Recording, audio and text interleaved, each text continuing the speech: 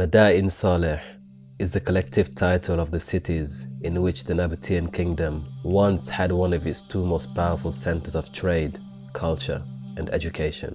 It was also the home of the people of Thamud. 𝗲𝗣𝗓 was the second wealthiest and most powerful city governed by the ancient Nabateans.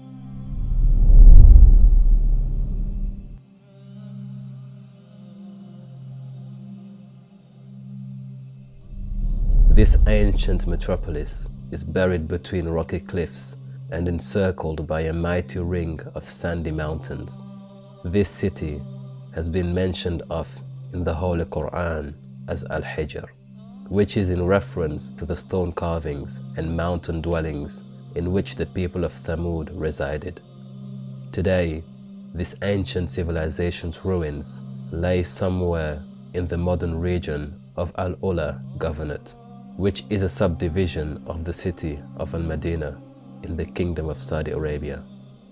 In its antiquity, 𝗲𝗣𝗓 was an important center of culture, trade, and learning for the mighty Nabatean civilization.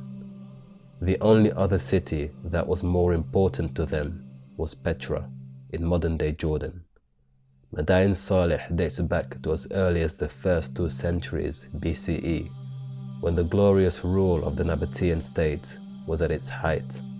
However, this civilization fell into decline following Roman conquests in 106 CE, but the region continued to serve as an important location for cultural and intellectual exchange up until the 4th century CE. Today, the cities of Salih are seldom visited by Muslim tourists, as its ancient carvings and artifacts conceal a macabre and morbid history. Apart from its impressive stone monuments and striking carvings, the ancient city is also home to a vast necropolis. There are many tombs still visible here.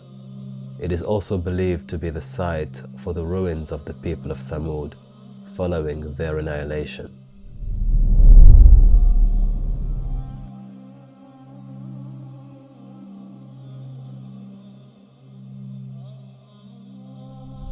According to sound Islamic sources, Prophet Muhammad ﷺ instructed his companions to hurry while passing through the ruins and not to drink any of the water from its well.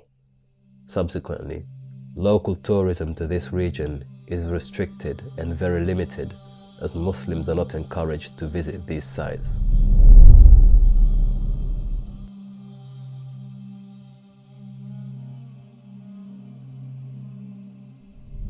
Some of the more notable tombs and ruins that have been preserved to this day are historic sites such as Jabal al-Ahmar, which is an outcrop in the southeastern part of 𝗲𝗣𝗓 and encompasses numerous tombs, of which 3 contain ancient drawings dating back to between 16 CE to 61 CE.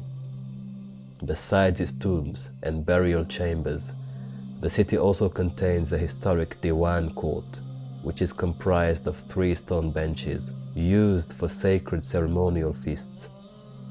The court has a very large entrance leading towards an open space where a larger feast could have been hosted, but the Diwan was consecrated specifically for religious gatherings. It was a rectangular rock chamber. From the Diwan, we can trace a narrow passageway known as a sikh.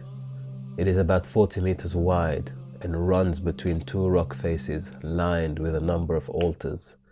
A sikh also has jagged cliffs along its rocky passage leading to Jabal al-Ithlib, which is heavily adorned by carvings in honor of the ancient Nabatean deities, with surviving ancient rock carvings still visible, depicting camels and traders. Surprisingly, the ancient monuments and constructions of the Nabateans remain as magnificent and sturdy as they would have been thousands of years ago. One such monument is Qasr al-Bint, the Palace of the Maiden, which is the largest tomb currently standing in 𝗲𝗣𝗓. Its portal is visibly raised above the ground, and an ancient inscription plaque can be seen on the entrance of its doorways. The monument contains a row of windows that provide a panoramic view of the ancient city.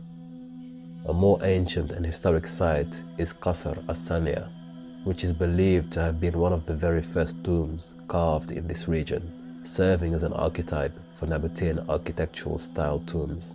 Despite being one of the most antiquated tombs in this city, it is also one of the most well preserved, containing a great monument with a 5-stepped crow staircase and inscriptions above its entrance.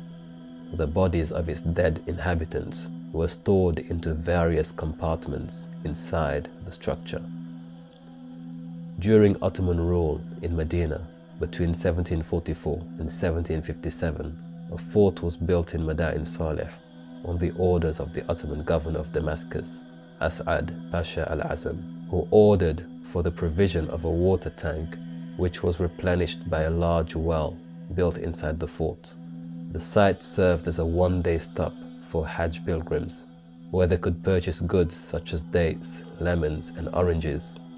This became a part of a series of fortifications built by the Ottomans to protect the pilgrimage route to Mecca.